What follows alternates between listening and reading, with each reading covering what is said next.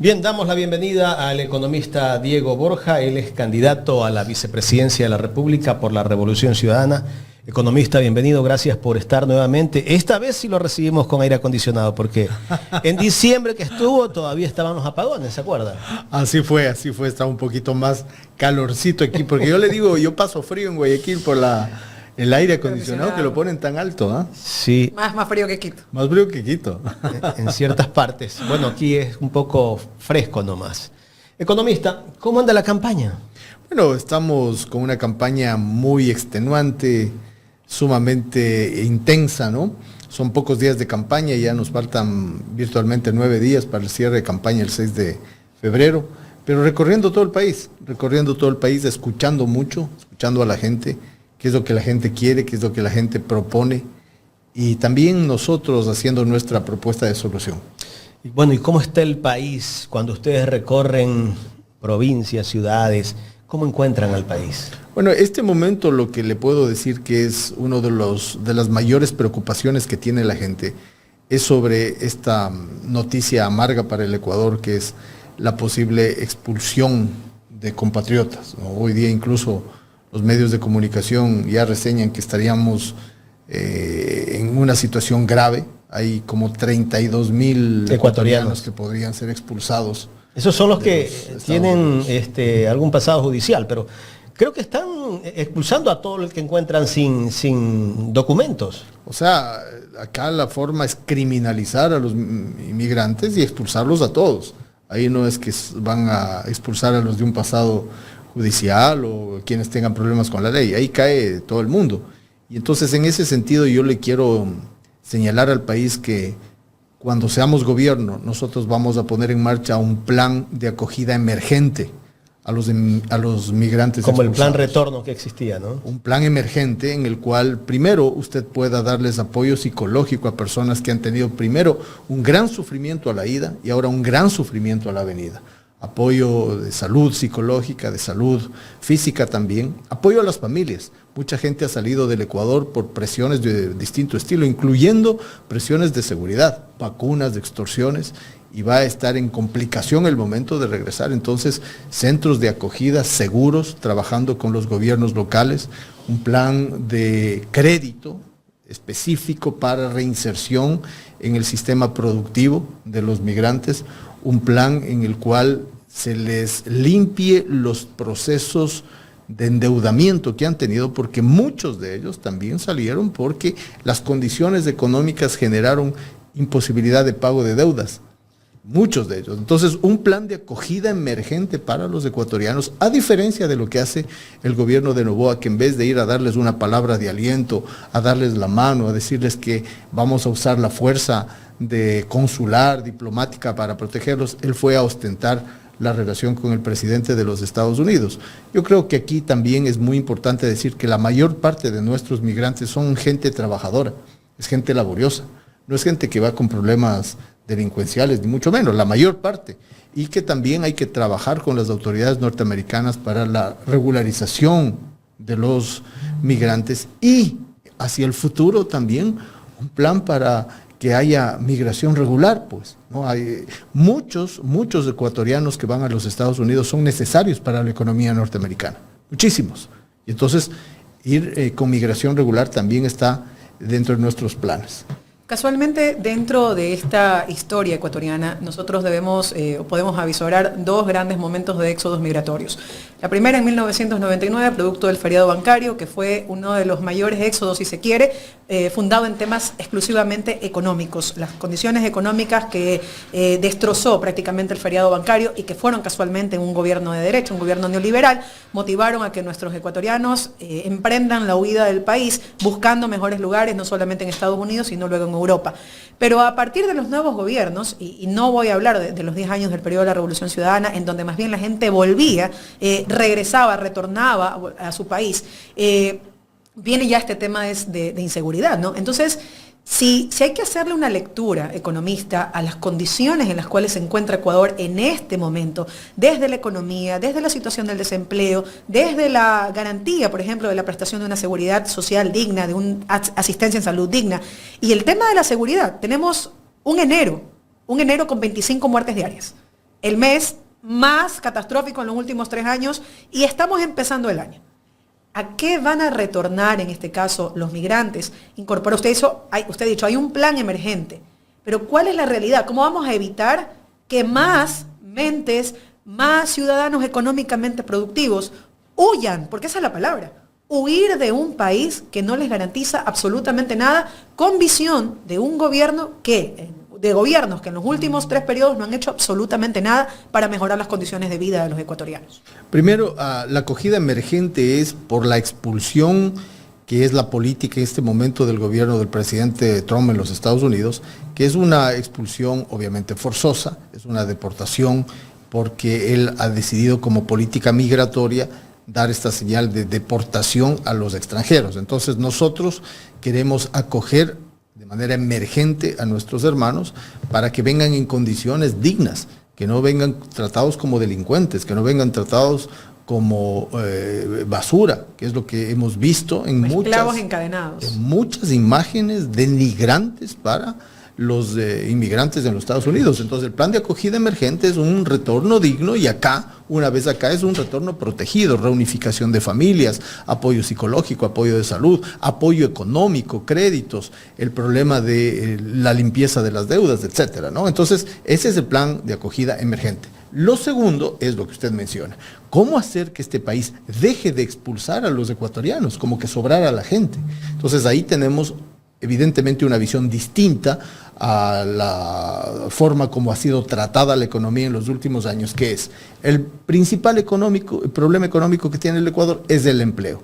Un empleo inadecuado, solo 1 de cada 3 ecuatorianos en empleo adecuado, y nosotros proponemos una reactivación de la economía de forma tal que exista la posibilidad de que muchos ecuatorianos vuelvan a tener empleo en el Ecuador, reactivando la economía privada, reactivando la inversión pública, reactivando el dinamismo de una economía que ya viene durante 3 trimestres seguidos en caída. Y fíjese que la última caída que dice el Banco Central fue del 1.5% hasta septiembre del año pasado, no contemplaba todavía los apagones. Entonces probablemente la caída de la economía en el año 2024 va a ser del orden del 3%. Nuestra propuesta es reactivación de la economía con un fin específico, poder resolver los problemas de enorme desempleo de la gente, de los jóvenes, de la gente de mediana edad, de las personas mayores. Desde ese punto de vista también, y tocando específicamente el tema del empleo, como usted lo ha dicho, justo ayer salieron las cifras de pobreza y tenemos la realidad de que hay ciudadanos que están viviendo con 90 centavos al día, otro porcentaje con $1 al día. Y sin embargo la gente se cuestiona. Yo veía una de las entrevistas que usted decía ayer, ¿cuánto tiempo? Porque aquí el tema es cómo hacerlo y en cuánto tiempo hacerlo, porque de promesas, creo que todos los candidatos nos llenan de promesas, pero hasta cierto punto, con lo que estamos viviendo, con lo que venimos soportando, y sobre todo en el último año 2024, con la grave crisis de inseguridad que sigue golpeando y que no parece tener norte, no parece tener sentido, ¿cómo se va a conjugar dentro de las propuestas de la Revolución Ciudadana esto? ¿Qué hacer y en cuánto tiempo los ciudadanos van a empezar a sentir realmente algo está cambiando? Algo que no ha cambiado, economista. Mire, cuando ganemos el gobierno, nosotros trabajaremos desde el primer día. Y hay cosas que se sienten desde el primer día. La gente sentirá que hay gobierno, que hay Estado, que no hay abandono, que la gente está protegida. En el caso de los migrantes, en lo inmediato el plan de acogida emergente. En el caso de los ecuatorianos jóvenes, inmediatamente el plan de fondo de garantía para emprendedores. Inmediatamente la incorporación de mujeres al sistema de cuidado público, que ya lo ha anunciado la compañera Luisa González. Es decir, desde el primer día empezar a trabajar para solucionar los problemas. Obviamente hay problemas que no se solucionan ni en 100 días, ni en 100 horas, ni en 100 minutos como lo han ofrecido. Por decirle, si es que vamos a tener un nuevo estiaje, el tema de generación eléctrica va a tardar un tiempo porque hay que mejorar la capacidad termoeléctrica, la capacidad de generación eólica, fotovoltaica, geotérmica, etcétera, y eso toma más tiempo. El tema de la seguridad, desde el primer día trabajar en la recuperación de un país seguro, pero la destrucción en los ámbitos de seguridad son bárbaros. Veía las cifras de enero de este año, 600 homicidios en lo que va del mes, frente a 479 en el mismo mes de enero del año pasado. Es un incremento del 25%. Entonces, una destrucción de esa naturaleza no se la resuelve inmediatamente. Pero lo que yo sí le puedo decir al pueblo ecuatoriano es que desde el primer día trabajaremos en estos temas críticos: seguridad, energía, empleo, salud y educación. El tema, por ejemplo, de las dializadoras, eso hay que resolverlo el primer mes. Hay gente que no puede recibir los servicios de diálisis y eso no aguanta. Eso usted puede esperar 2 días, 3 días, y eso es inmediato. Entonces, son temas que se resuelven en lo inmediato, en el mediano plazo y en el largo plazo. Jaimito. Correcto, estamos dialogando con el economista Diego Borja. Economista, ¿cómo reactivar la economía de este país? Que la situación anda, la verdad, bastante crítica. ¿Qué hay que hacer? Bueno, hay muchas acciones que hacer, pero yo empezaría por lo principal: recuperar la inversión pública. Un país que tenía 15.7% de inversión pública sobre el PIB en el año 2014 y que ahora tiene 1.8%, es decir, no hay obra pública, no hay inversión pública, no puede atraer la inversión privada. La inversión privada es atraída por una inversión pública que se orienta a mejorar carreteras, termoeléctricas, hidroeléctricas, canales de riego, hospitales, escuelas. ¿Por qué? Porque usted asigna los recursos públicos y contrata a la inversión privada, ¿no? Esa es la lógica de la inversión pública. Y eso es un elemento de reactivación de la economía que lo usan todos los países del mundo. Acordémonos que en la crisis del 2007-2008 en los Estados Unidos la forma de recuperarse fue con inversión pública. Entonces por ahí empezaremos y a eso hay que añadirle otras acciones. Nadie viene a un país inseguro. La inversión va a los países seguros, a los países que le dan seguridad física y seguridad jurídica. Aquí no tenemos seguridad jurídica. Mire lo que hace el gobierno de Noboa. No le gusta a alguna persona, un candidato, en mi caso mismo o en el caso del candidato Topi, ataca primero a los candidatos y luego también viola la seguridad jurídica de los inversionistas en el Ecuador. ¿Cómo usted atrae? ¿Qué inversionista va a venir a un país donde se asalta una embajada? ¿Con qué seguridad usted le puede presentar a un inversionista alemán, austríaco, francés? Pero han intentado posicionar que eso es normal y que lo que se hizo está bien. Mucha gente, como los grandes medios de comunicación, difunden ese tipo de noticias, van, entrevistan al enemigo del correísmo y habla lo que quiere, acusa lo que quiere, y han hecho como que todo es normal, está bien lo que se hace. Es una visión extremadamente estrecha que se mueve únicamente por un odio y una antipatía visceral bárbara. Pero ¿cómo usted puede normalizar ante un inversionista holandés o danés o noruego o incluso brasilero, mexicano, que es normal el asalto a una embajada? Jamás se ha hecho en ninguna parte del mundo. Es un hecho inédito de violación de tratados internacionales que se consideraban absolutamente inviolables y sagrados, ¿no? Entonces acá es difícil que usted vaya a pedir inversión extranjera a un país que claramente viola toda norma jurídica, no tiene seguridad física, no tiene prosperidad, está caído el consumo, está caída la inversión. La inversión va a los países prósperos. Y nuestro objetivo es volver a ser el Ecuador un país atractivo, primero a la inversión nacional, a la inversión propia. La inversión nacional en el último reporte del Banco Central del Ecuador ha caído en el 6%. Entonces, si usted hace atractiva la inversión nacional, bueno, pues vendrá luego la inversión extranjera. Correcto. Del 2017 acá, al parecer como que al Ecuador ha llegado un tsunami con el propósito de destruir todo.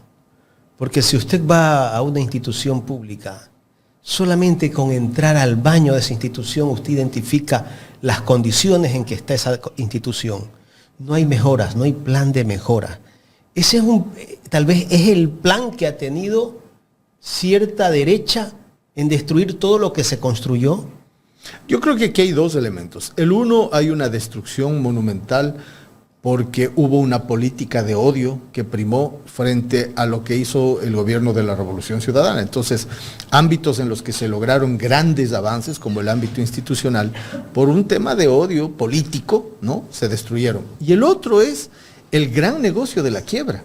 Porque también aquí hay un negocio en la destrucción del sistema de refinación de petróleo, de la producción petrolera, de la producción energética, etcétera. Es gran negocio la compra de derivados. Entonces destruyen el sistema de refinación.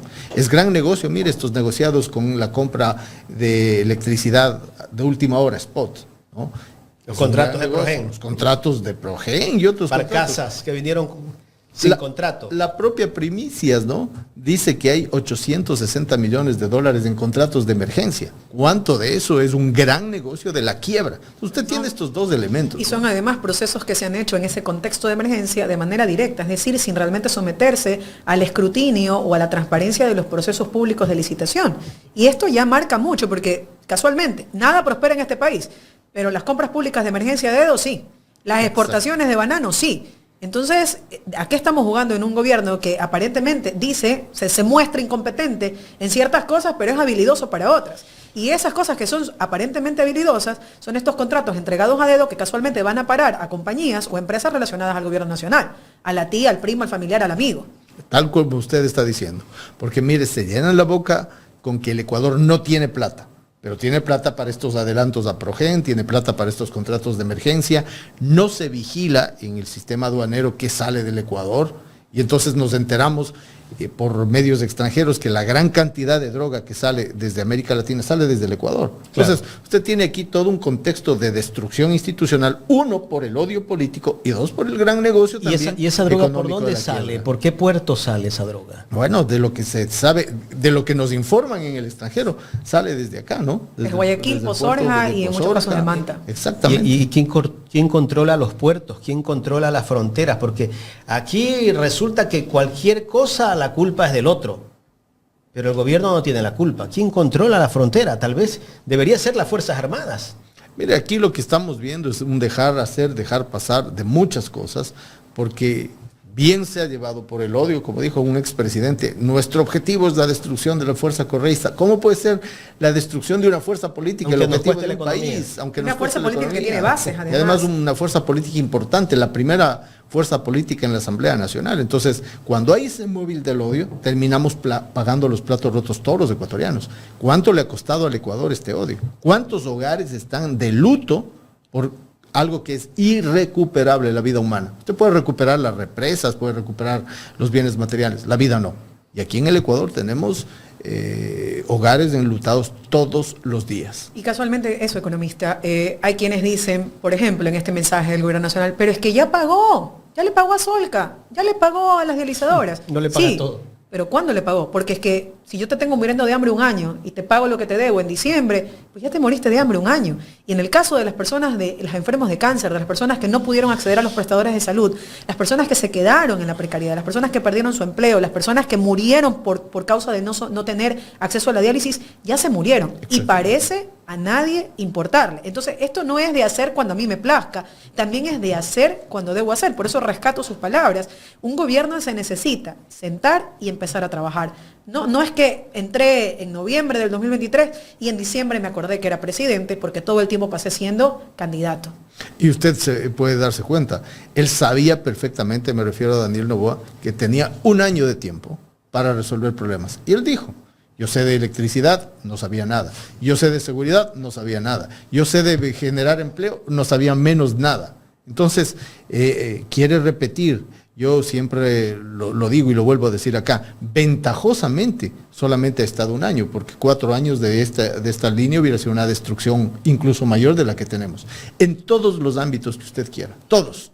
Economía, social, institucional, seguridad, energético, en todos los ámbitos hay una caída en estos años y más todavía durante el gobierno de Daniel Noboa. Y se lanzó unos disparates, ¿no? En el tema de la crisis energética, cuando él era candidato, que dijo que el problema de la electricidad no es la generación, sino la transmisión. Y mucha gente creyó que era un experto, ¿no? Después de que vino la crisis, la gente analizó bien ese mensaje que había dado el presidente de la República y que le mintió a todo el pueblo ecuatoriano. Bueno, hay tonteras que se hablan con convicción y parecen convincentes, ¿no? Pero es importante decir que basado en resultados, los ecuatorianos hemos tenido uno de los peores gobiernos, en resultados de seguridad, en resultados de empleo, en resultados económicos. Se supone que era un presidente que ha tenido una formación académica diferente, ¿no? Y alguna gente se creyó. Bueno, los resultados en la parte económica, que se decía que era su fuerte, son desastrosos. El aumento de la pobreza. Aumento de pobreza, aumento de indigencia, aumento de desnutrición infantil crónica en niños de menores de 2 años y menores de 5 años. Chimborazo. Es una provincia que en promedio tiene 40% de desnutrición crónica infantil en niños menores de 2 años. Y eso no se va a recuperar nunca. El ausentismo educativo, los niños que han abandonado el sistema escolar. ¿Cómo hablamos de generaciones que van a construir este país en el futuro si los niños, las niñas y los adolescentes hoy en día no hacen parte del sistema educativo y a la ministra de Educación no le importa? 120,000 niños salieron en la última matrícula de la costa y de la sierra. 55,000 en la sierra, 64,000 en la costa. Es una barbaridad. Niños expulsados del sistema educativo. Trabajadores expulsados del sistema productivo nacional, gente expulsada del sistema de salud. No funciona absolutamente nada y quiere repetir. Entonces ahí viene el asunto de cómo puede haber una complicidad de ciertos medios de comunicación que tapan esto, que tapan las cosas más obscuras que pasan en el Ecuador. Eso no es escándalo en este gobierno, ¿no? Hay escándalos totalmente tapados. Mire, hace poco hubo un derrame en Balao, en el puerto de Esmeraldas, que fue tapado intencionalmente por el gobierno, impidiendo que hayan los informes respectivos de Petroecuador. El uso de las instituciones como mecanismos para o tapar o perseguir. Escuché con anonadado cómo el candidato Kronfle del Partido Social Cristiano, el día del debate, decía: a mí me están persiguiendo con el SRI por un tema que ya fue superado. Es decir, persiguen. Es un uso de las instituciones, me ha pasado a mí también, con el fin de perseguir políticamente, no con el fin de solucionar los problemas de la gente. Y evitar una elección democrática. Y aquí viene el otro tema que creo que es una de las cosas que más se ha discutido en el año 2024, además de todas las torpezas e incompetencias del gobierno que está todavía vigente, ¿no? Esta relación presidente, vicepresidenta, y con este además anuncio del presidente de la República actual y de sus ministros diciendo: vamos a cuestionarnos si en verdad la figura del vicepresidente existe. ¿Qué va a tener? ¿Qué espacio va? Porque claro, la Constitución dice la función que le otorgue la presidenta. Entonces vendrá Luisa González y dirá: Diego Borja se va a Israel, se va a Turquía, se va lejos de acá. ¿Cómo se ha planteado en esta dinámica, yo diría hasta esta pareja, ¿no? Esta elección que ha hecho Diego Borja para acompañar a Luisa González como binomio de la Revolución Ciudadana? ¿De qué, entiendo yo, se va a hacer cargo usted de ganar las elecciones? Bueno, básicamente la tarea que hemos hablado con Luisa, que se me encargará, es la reactivación de la economía, cuyo fin principal es la reactivación del empleo. Una vez más, yo les digo a los ecuatorianos, si algo es un problema económico, es la falta de empleo. Y ahí hay mucha teoría, hay mucha base empírica en lo que le estoy diciendo, para señalar que si usted tiene desocupada a la fuerza laboral, tiene desocupada al principal factor productivo de un país. Entonces, esa será la principal dedicación. Y no es el momento de empezar a aprender, ¿no? Cuando usted llega al gobierno, no es el momento de empezar a aprender qué hace. No, esta improvisación ya la hemos vivido. Y sobre lo otro que usted menciona, este ejemplo tremendo para los ecuatorianos de una relación que ha sido violatoria de derechos de la propia vicepresidenta y de la Constitución. Claramente, imagínese usted lo que es nombrar una vicepresidenta a dedo en un país democrático. Eso es simplemente impresionante. Y que las autoridades electorales no hayan actuado. Presidente que no le da la gana de cumplir la ley y de pedir licencia, y que le llama a la campaña fuerza mayor. O sea, realmente es vergonzoso lo que está pasando, y en el caso nuestro eso no pasará, porque la relación entre Luisa y yo es una relación de compañeros que comparten una misma visión política, un mismo proyecto y una visión de servicio a la ciudadanía, completamente diferente a lo que hace Noboa. Fíjese usted que ni siquiera permitió que su actual candidata a la vicepresidencia vaya al debate. Eso es una muestra muy clara. Ni a su madre le permitió ir al debate de asambleístas nacionales. Entonces, eso nos da una idea clara de que su contacto no es con el pueblo, de que no tienen nada que decirle al pueblo, porque en realidad lo que sale de ellos o lo que ha nacido a partir de este año de transición ha sido mentiras y más mentiras que la verdad es que si alguien se las tiene que decir a la cara, va a salir una lista gigante de economistas. Bueno, se las hemos dicho y se las decimos todo el tiempo. Ahora, claro, también hay una responsabilidad ciudadana, porque si una vez usted permite que le mientan, bueno, es culpa del mentiroso, pero ya 2 veces es culpa del que se deja mentir, ¿no es así? Pero así son las relaciones tóxicas, economistas. Esta es una y hay gente que, tóxica hay gente que es de estudio, economista, se lo prometo que es de estudio.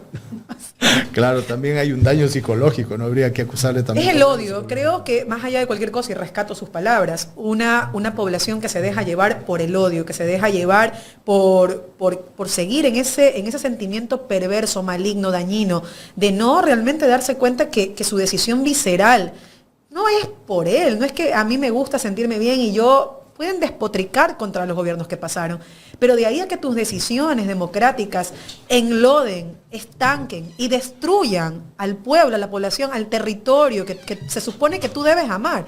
Es como si no les importara el Ecuador, es como no les importara el destino y el futuro de sus hijos. Yo siempre digo, las decisiones que yo estoy tomando hoy en día, mis aciertos y mis desaciertos no son por mí, son pensando en la patria que le voy a dejar a mis hijas. Y creo que los ecuatorianos no están reflexionando que hoy en día el voto, ese poder que no tiene, que los ciudadanos en muchas partes del mundo ni siquiera les da la gana de ejercer, y que aquí es obligatorio, tiene un peso en el futuro, tiene un peso en lo que va a pasar con las futuras generaciones a las que, de seguir como estamos, no les vamos a dejar absolutamente nada. Bueno, yo creo que no es una duda la que hay. Realmente a Daniel Noboa no le importa el pueblo ecuatoriano. El momento en el cual usted le ve haciendo una ostentación al lado del presidente Trump, sin pasar siquiera por la ciudad de Nueva York, dando una palabra de aliento a los hermanos migrantes que están a punto de ser expulsados, evidentemente no le importa. El momento en el cual hay un desprecio absoluto por dar la cara, cuando hubo aquí un asesinato tremendo, de terror, de 4 niños, y él se escondió durante semanas y nunca dio la cara, y cuando le preguntaron en el debate si siquiera sabía los nombres de los niños, no tenía ni idea. Es un desprecio claro a la gente. Cuando no arregla los problemas de los enfermos de diálisis, que se mueren todos los días, es un desprecio. Yo pienso que él vive en una burbuja de poder y está entontecido por el poder. Está tomado por como una suerte de borrachera del poder, porque no está usando ese poder para servirle a la gente. Desde el primer día él usó el poder para servirse a sí mismo, a su familia. Pasó una ley inmediatamente perdonando multas, recargos de intereses del no pago de los impuestos. ¿Y quién es el mayor deudor? La familia Noboa. Entonces hay un desprecio por los ecuatorianos. Y mire, finalmente cuando él se pone por encima de la ley, es como decirle a los ecuatorianos, la ley es para ustedes, no para mí. Yo estoy por encima de la ley. Por tanto, yo les desprecio a ustedes que sí deben cumplir la ley y yo no. Entonces, esos actos, incluso pequeños del día del debate, él pasó delante de la prensa. Ni siquiera recibió las preguntas. Es un desprecio en general. Y claro, sí da para estudio psicológico porque muchas personas aceptan e incluso apoyan ese desprecio. Carlita. Economista, bienvenido. Muchas gracias, Carlita. Un gusto verlo, como siempre. El día de ayer se firmó una alianza con Google y el presidente ha indicado que va a hacer algunas alianzas estratégicas con otras empresas. ¿Esto es suficiente para transformar la administración pública? Y le pregunto esto porque muchos candidatos a la presidencia y vicepresidencia hablan de las grandes alianzas estratégicas, de la inteligencia artificial. Entonces, ahí es cuando yo digo, bueno, ojo, la inteligencia artificial sirve, pero si la sabes aplicar, ¿no? Efectivamente. Entonces, ¿hacia dónde nos podría llevar este tipo de alianzas en un gobierno de Luisa González y Diego Borja? Mire, yo he tenido una conversación muy importante con los representantes regionales de Amazon Web Services, en el mismo sentido de lo que ahora anuncia con bombos y platillos del gobierno de Noboa. Y claro, nosotros haríamos una alianza también con ellos, con Amazon Web Services, que es un ofrecimiento para la digitalización de determinados ámbitos, no solo del gobierno, sino de la sociedad, indispensable en el siglo XXI. Por ejemplo, si queremos combatir la inseguridad, además de chalecos, balas, etcétera, que hay que comprar, hay que tener tecnología, inteligencia para enfrentar el crimen. Y eso significa digitalizar muchos ámbitos. Escaneo facial, escaneo de placas, funcionamiento de los sistemas digitales en la aduana, ¿no? O sea, claro que se necesita, pero ¿qué se necesita sobre todo? Voluntad política. Porque si usted puede tener los mejores sistemas tecnológicos, que los tiene, y que de hecho en el gobierno de Noboa no los han anunciado, entonces no los han usado. Que no nos vengan ahora a anunciar que tienen un acuerdo con Google, si cuando han tenido la posibilidad de hacerlo a lo largo de un año, no lo han hecho. Esto es un juego de avalorios, como todo en él, oropel puro, era una pareja plástica, ¿no? O sea, cae perfectamente eso, porque no han usado. Entonces, un anuncio en medio de la campaña pretende impactar, sobre todo en las nuevas generaciones que les gusta mucho lo digital, pero el momento que lo han podido hacer, no lo han hecho. No lo han aplicado. Pero estas alianzas estratégicas no solamente se dan por las buenas voluntades, sino que las empresas necesitan estar seguras de que están en un país donde hay seguridad jurídica. Y escuchaba a algunos candidatos hablar sobre el arbitraje internacional, ¿no? Que el arbitraje internacional les da seguridad jurídica a determinados inversionistas. ¿Esa es la única forma de darle seguridad jurídica a un inversionista economista? La forma más eficaz de darle seguridad jurídica es cumplir con la ley. Y lo que aquí hemos visto es que desde la cabeza del gobierno no se cumple con la ley. El presidente debería haber dado ejemplo cumpliendo la ley el momento de encargar la presidencia a la vicepresidenta. Debería haber dado ejemplo cumpliendo con la ley en respetar a su vicepresidente y no nombrar una presidenta a dedo, una vicepresidenta a dedo. En el momento en el cual tomó la decisión de asaltar una embajada, rompió la ley. La primera seguridad jurídica es cumplir con la ley. ¿Qué arbitraje podría darle a usted tranquilidad si usted tiene un presidente que internamente no cumple con la ley? Entonces, esa primera recuperación de la seguridad es aquí. Y lo segundo, mire, los arbitrajes al Ecuador no le han ido muy bien, le han ido muy mal.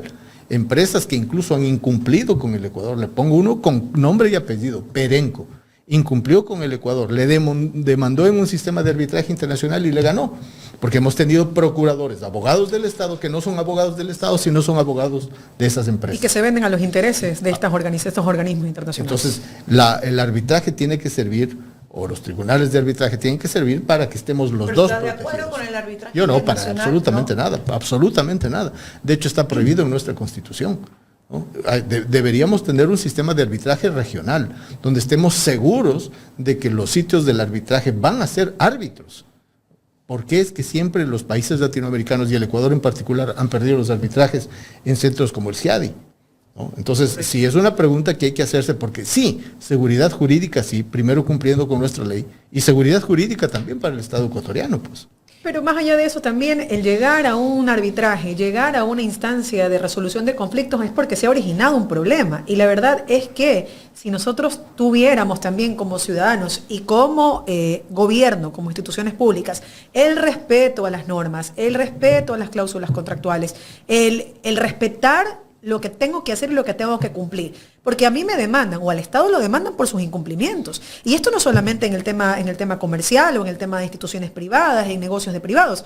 Vemos también la respuesta de los organismos internacionales a los incumplimientos del Ecuador en materia de derechos humanos, que esa es otra catástrofe. O sea, el Estado ecuatoriano acumula y acumula condenas porque simplemente no le da la gana a los gobiernos de turno, y esto con la lectura de derechos humanos en el año 2024. No le da la gana de cumplir acuerdos mínimos en materia de derechos humanos. No estoy hablando de los máximos, pero lo mínimo en materia de derechos humanos no lo cumple.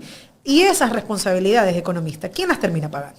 No, al final del día las pagamos los ecuatorianos en su conjunto, pero lo que usted está mencionando, el primer nivel de seguridad jurídica es el cumplimiento de nuestra ley. De nuestra ley. Luego tenemos un marco internacional de cumplimiento que tampoco se lo hace en muchos ámbitos, en el del trabajo, en los de derechos humanos, en los empresariales, en todos. Entonces, si no damos una clara señal de que este es un país serio, un país donde prima la constitución, las normas, las leyes, ¿cómo podemos atraer? El Ecuador, en el último periodo, en el gobierno de Noboa, ha sido muestra internacional de violaciones legales del derecho nacional e internacional. En ese marco regulatorio, ¿está usted de acuerdo con una constituyente? Ayer justamente le hacíamos esa pregunta al economista Rafael Correa, ¿no? Y nos decía, bueno, sí, pero si no hay la voluntad del cumplimiento de la norma, da igual, podemos hacer 1000 constituyentes. Pero es necesario en estos momentos, por ejemplo, para corregir el tema de las funciones de un vicepresidente o una vicepresidenta. Yo que creo están que en el aire, realmente. Yo creo que sí. Yo creo que el Ecuador requiere una constituyente porque hay tal destrozo de la institucionalidad que a través de reformas parciales de la Constitución sería muy costoso hacerlo desde la Asamblea Nacional. Tardaría mucho tiempo, incluso en términos de las necesidades de acuerdos políticos para lograr una sola reforma. Imagínense lo costoso que es. Entonces yo creo que en términos de tiempo, en términos de economía de esfuerzos y en términos de coherencia en el planteamiento, una constituyente es lo que requiere el Ecuador. Economista, usted fue ministro. ¿Tenemos exceso de ministerios? ¿Hay un Estado obeso? ¿Hay que reducir los ministerios, ¿no? Para poder reducir el gasto público. Y le hago esta pregunta, porque todos los gobiernos, empezando por Lenín Moreno, te hablan de un Estado obeso. Obeso. Esa es Obeso una frase estamos nosotros. trillada, ¿no? Entonces, ¿realmente necesitamos reducir ministerios? No, mire, aquí lo que se necesita es un Estado eficiente. Y eso no tiene que ver con los tamaños ni de los ministerios ni de los funcionarios, sino cómo asigna usted funcionarios públicos para resolver problemas. Ejemplo, si usted tiene un problema gravísimo de inseguridad, gravísimo, y no tiene un sistema de inteligencia criminal que se adelante al crimen, ¿es una inversión o es un gasto constituir un sistema de inteligencia que implica contratar nuevos funcionarios? Es una inversión. Y eso no es obesidad, eso es eficiencia. Ahora, si usted tiene un exceso de personas que están pidiéndole trámites a las empresas para incluso pedir coimas, como tenemos en algunas instituciones, eso es inservible, eso es ineficiencia y eso sí es obesidad del Estado. Entonces, no se trata del número de personas, sino de la asignación de funciones que el Ecuador necesita en este momento y en algunos ámbitos nos falta personal. Ejemplo, en seguridad mental. El Ecuador no tiene salud mental incorporado al sistema de salud pública. Y eso implica más psiquiatras e implica más terapeutas. ¿Eso es una inversión o es un gasto? Es una inversión, porque usted está invirtiendo en el ser humano y hay que incorporar a nuevos funcionarios. Esa diferenciación entre la incorporación masiva a hacer nada, a una incorporación a hacer cosas que agreguen valor, es la diferencia. No, y aparte coincido plenamente porque yo además fui servidora pública muchos años y hay un tema, ¿no? Entre si tú tienes un buen liderazgo, tienes una persona que sabe lo que tiene que hacer, que está preparada para ocupar la función de cualquier dirección, llámese aduana, llámese SRI, llámese registro civil. Si tú tienes personas capaces y preparadas y además tienen ese don de liderazgo, las personas que están trabajando contigo van a trabajar ahí contigo. Y créanme, porque se los digo yo que fui servidora muchos años, es que nos hacían falta manos para la demanda de servicio que teníamos que entregar y que además era un servicio público de calidad. Hoy en día hablamos de instituciones públicas que tienen funcionarios, sí, pero haciendo absolutamente nada, porque el que está encima de ellos no sabe ni dónde está parado. Se benefició con el cargo de director, se benefició con la rectoría de ese ministerio, con la rectoría de esa institución pública, pero no sabe ni lo que está haciendo, porque jamás en su vida ha estado en el servicio público, no sabe qué tiene que hacer. Estamos hablando de un año 2024 que en ejecución presupuestaria nos quedó debiendo. O sea, tienes la plata en las instituciones y no estás ejecutando los presupuestos. No estás entregando obra pública, no estás mejorando las condiciones de tus propios servidores públicos. Los tienes sin uniforme, los tienes sin servicio, los tienes sin papel. La Administración de Justicia, economista, que tú tengas que pedirle por providencia a los abogados que lleven hojas, que lleven toners. O sea, hay funcionarios a los que les dicen que den ahí, aporten a las colas para limpiar los baños. Ese es el estado ese es el nivel de país que queremos, en pleno año 2025. Exacto, entonces usted tiene un Estado que no está presente en la sociedad, un gobierno que se ha retirado, y cuando se retira el gobierno y el Estado penetran otro tipo de organizaciones. De hecho, la penetración de las bandas criminales en el Ecuador es debido a esa incapacidad del Estado de estar presente, a esa destrucción institucional gigantesca. Entonces, yo soy partidario de tener funcionarios públicos donde aporten valor y obviamente recortar masivamente donde estén ahí simplemente para estorbar, como hay muchos que lo hacen. Yo sé que estamos con el tiempo y con esa pregunta pues me despido. Ya por ahí me están haciendo señas. Uno de los graves problemas que tiene este país y que ha sido foco de corrupción es el CERCOP. Y eso lo tenemos claro. ¿Cuál es el problema del CERCOP y cómo mejorar el CERCOP? Porque eso también ha hecho que se atrasen muchos procesos de compras públicas. Eso hay que tenerlo bastante claro. Hay gente mañosa que lo ha aprendido a manejar muy bien. También hay que tenerlo claro. Pero la función y la creación del CERCOP no fue para eso. Fue precisamente para evitar ese foco de corrupción. Y usted lo sabe, economista. ¿Cómo mejorar el CERCOP? Hay que terminar el CERCOP, hay que instalar una nueva forma de contratación pública. ¿Cuál sería el mecanismo? Son varias cosas. Primero, sí se necesitan cambios en la ley de contratación públicas, clarísimos, porque estamos viviendo un nuevo momento en el que, tal como está planteada la ley, se genera desde ahí, desde la propia ley, se generan problemas y distorsiones en la contratación. Y obviamente hay que limpiar el CERCOP. Absolutamente, y eso significa poner gente honesta a la cabeza, tener nuevas rutinas de funcionamiento, tener liderazgo y gestión al frente de lo que se quiere hacer con el sistema de compras públicas y de contratación pública, tener nuevos mecanismos tecnológicos que le impidan a usted una corrupción rampante que hay ahí.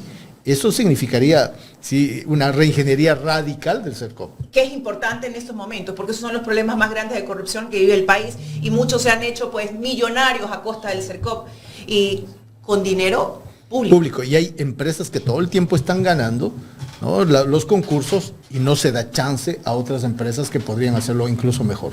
Ahí entra el economista Diego Borja, poner orden en el CERCOP, dice Jaime. Economista, tenía una inquietud final ya para cerrar esta entrevista. ¿Qué respuesta usted le da a las acusaciones que le hace el doctor Andrés Páez respecto a los supuestos contratos que usted tiene con el Estado? Bueno, este señor es un calumniador conocido. Yo pienso que en las últimas declaraciones que hace debe haber estado en un delirium tremens, de esos que le caracterizan, ¿no? Y mi respuesta ha sido judicial. Yo ya he judicializado el tema, él tendrá que responder por afirmaciones absolutamente calumniosas, y también decirle que, Páez, te encontraste con la piedra de tu zapato. Podrás calumniar a quien quiera, pero yo no te permito manchar mi honra.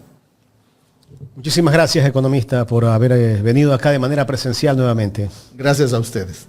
El economista Diego Borja conversando con nosotros en esta mañana aquí en Los Especialistas a través de Ecuador en Directo.